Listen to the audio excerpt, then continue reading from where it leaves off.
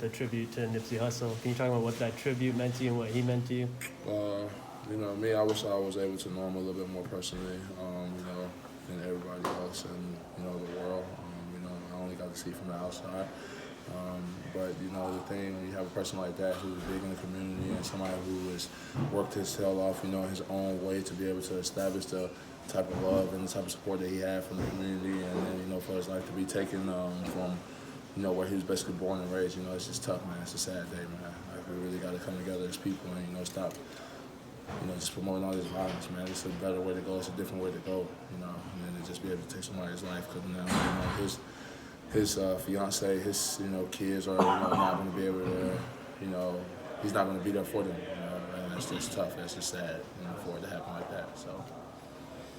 Montrezl, you asked for that jersey to be made? Yes, because like I said, it's a person that's real big in this community, and it's a person who is, built his own empire, his own type of basically platform by doing it his way, by working his tail off. And, that's the thing that really admires me the most about a person like that, because, that's the type of person that I try to be, just working hard, working, to build and do it the right way, So like I said, it's a big tribute to him, and it's just a huge, prayers to his family and to his loved ones, because it's sad that, he's not coming home today, There's a lot of people that mourn and stuff like that, So, like I said, we just got to come together as people, man, and just stop this violence. How did the news impact this locker room? Because a lot of Clippers and Lakers, and a lot of players around the league have been kind of, tweeting about it and talking about it. How did it impact this locker room?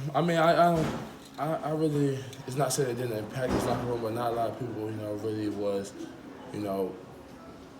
personal, so knew him as on that personal level. People may have seen him here and there on the sideline at games and stuff like that, but not many people in here was that personal relationship. And we got a couple of guys in here like Lou and Wilson Chandler, guys who was kind of more personal level of connection with him. But like I said, it's still just tough because from my perspective, I've seen him around the city of LA. I've seen the stuff that he did for the city of Los Angeles, and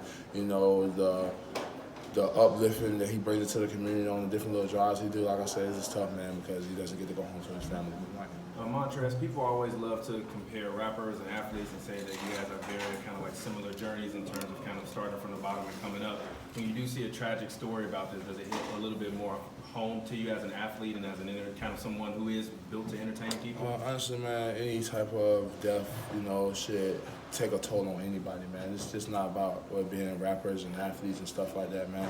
Even a lot of the deaths that we've had in the past, with the Trayvon Martin incidents like that, man. So it doesn't have to be just rappers and celebrities, man. Any type of death or any form of taking a person's life is wrong in general, man. So it don't matter who you are, Like I said, we just gotta come together more and stop the violence, man. Like it's enough. At the end of the day, it's just enough, man.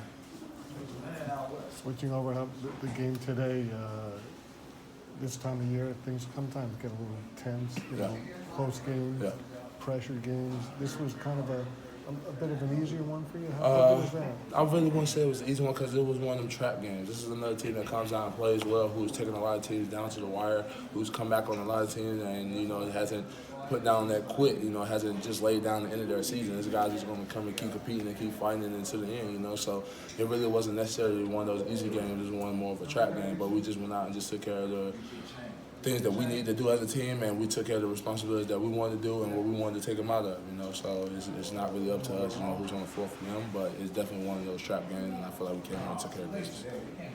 We've been hearing for a long time when we ask you about playoff positioning, you guys say you don't really keep a close watch, but now we're down to the last handful of games.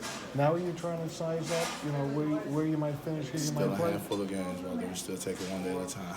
That's all we can really do, man, because like I said, once you start looking ahead to those games where, we got to get this one to put us in this position, man, that's when you start losing and dropping games that you shouldn't be. So we take it one game at a time, and then when the postseason comes, that's when we worry about what spot we're in. But at the end of the day, we know we're in that postseason, that fight, So like I said, we're just taking it one game at a time right now and just keep trying to pile up as many wins as we can.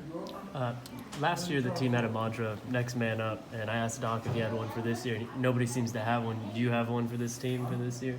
As far as just like a slogan that the whole team follows by. Last year's next man up. Nah, I mean, we do. And I think it's just a whole overall slogan that everybody's saying around about Los Angeles anyway. It's our way.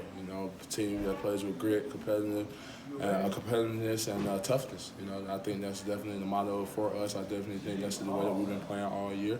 So I definitely think that's the motto we're going to run with. Thank you.